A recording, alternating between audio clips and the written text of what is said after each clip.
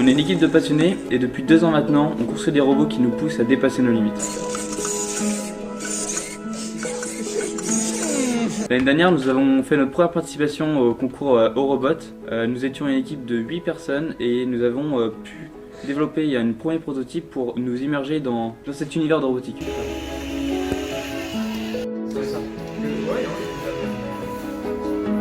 Ah!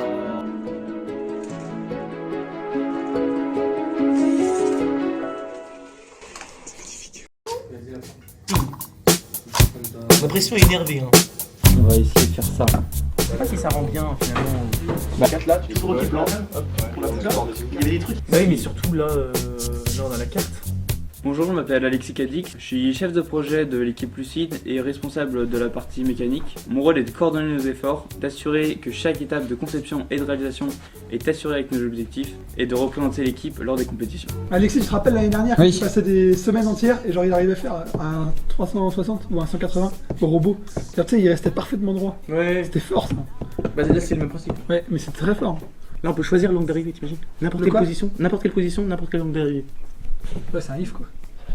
Ouais, tout pareil. De ouf, tout pareil. Suite à un petit concours de robotique organisé au sein de l'IUT d'Angers en première année de budget E2I, Vincent et moi avons décidé de créer une petite équipe. Et il existait le concours de Cachan, donc la suite de notre concours interne. Mais il manquait un peu de défis et de créativité, mais surtout d'invention. Mais Vincent s'est renseigné et a trouvé le concours Eurobot. Ce concours était pour nous l'opportunité de mettre en avant notre créativité afin de montrer aux secteurs de robotique notre capacité. Vincent avait déjà participé à Eurobot Junior et m'a convaincu de créer notre équipe. L'année dernière, nous avons été servis en termes de défis. Nous étions 5, nous sommes partis de rien, sans aire de jeu, et nous avons réussi à aller en 8ème de finale. C'était génial. C'était génial. Il faut que tu sois absolument comme ça. Bah c'est là où t'as le plus de points. Si tu les disposes de cette manière. Ouais. Non. Ok. Ah oui.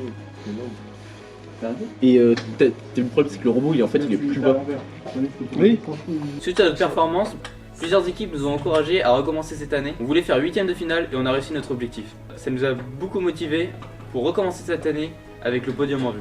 Non, notre objectif est de concurrencer les meilleures équipes européennes. Nous voyons beaucoup plus grand cette année avec une équipe de 10 personnes, plus 5 GEA en gestion des entreprises et des administrations pour le financement et la communication. Nous essayons des technologies beaucoup plus compliquées avec toujours le même mot en tête, la fiabilité. Donc là on va aller dans notre lieu de travail. Donc on a un petit club robotique à l'IUT d'Angers tenu par Philippe Lucidarme, un ancien vainqueur de 2013 de Eurobot.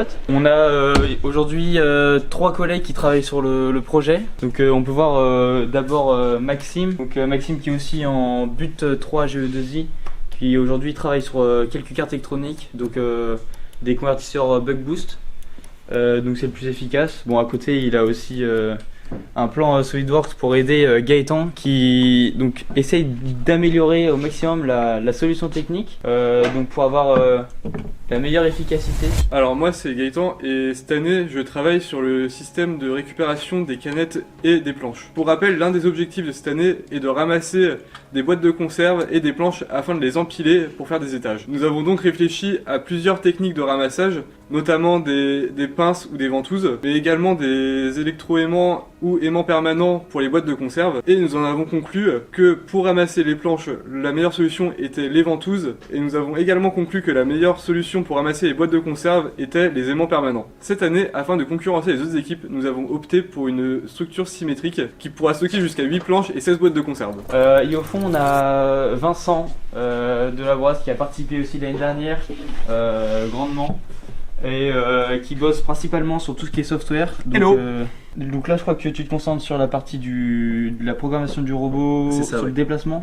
Ouais, donc je suis Vincent et moi j'ai travaillé beaucoup sur le méthode de déplacement du robot. Et c'est vrai que l'année dernière, notre robot il faisait des rotations, des translations, mais c'était une méthode assez lente et pas vraiment efficace. Donc cette année j'ai tout refait, ok? Maintenant, notre robot il peut passer d'un premier état, donc une position, n'importe quelle position, x, y, un angle, une vitesse linéaire ou une vitesse angulaire, et il peut passer à un autre état.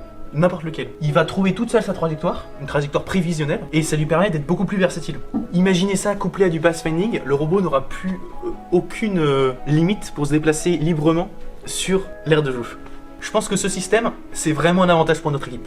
Le pathfinding est bientôt prêt, on va pouvoir tester donc dans des conditions réelles avec un système de caméra qui détecte les différents objets. Cette année, les PAMI, donc les robots secondaires, ils représentent un défi beaucoup plus intéressant. Donc cette année, on a décidé de les rendre plus autonomes en embarquant des capteurs TOF, en mettant un suivi de ligne et grâce à l'odométrie. Grâce à ce système, ils vont pouvoir repérer des situations qui sont un peu difficiles et savoir comment réagir à tous les coups. Ok, un gros atout qu'on a la chance d'avoir, c'est qu'on a des très bons professeurs ici. Notamment un qui a beaucoup travaillé avec des lidars et qui nous a expliqué, qui a pris le temps de m'expliquer comment on pouvait les utiliser au mieux. Je travaille en ce moment à utiliser un lidar et de fusionner ces données grâce à un filtre Kalman étendu, donc des données du lidar et de l'odométrie du robot, pour avoir un positionnement absolu sur l'aire de jeu. Ça aussi c'est un gros avantage et ça va nous donner encore une grande liberté, au robot pour pouvoir se déplacer et réaliser ses actions en fait.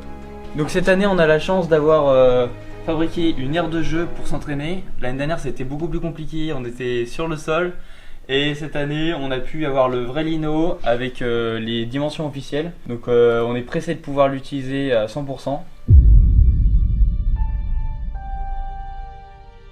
Pour réaliser nos ambitions, il nous manque un élément clé, le financement. Soutenir notre équipe, c'est investir dans l'innovation, dans une jeunesse passionnée et dans un projet qui a déjà prouvé son potentiel.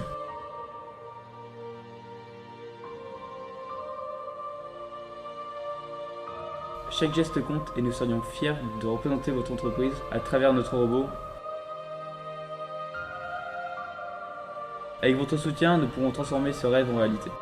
Alexis, pourquoi choisir de sponsoriser notre équipe plutôt qu'une autre? Notre principal atout, c'est de chercher à faire un robot fiable. Avoir un robot qui fait 200 points mais une seule fois sur deux, c'est pas viable. Pour nous, la robustesse est clé. Nous sommes indépendants, passionnés par la robotique et nous donnerons tout pour réussir. Nous cherchons le meilleur sponsor, vous cherchez la meilleure équipe. Travaillons ensemble.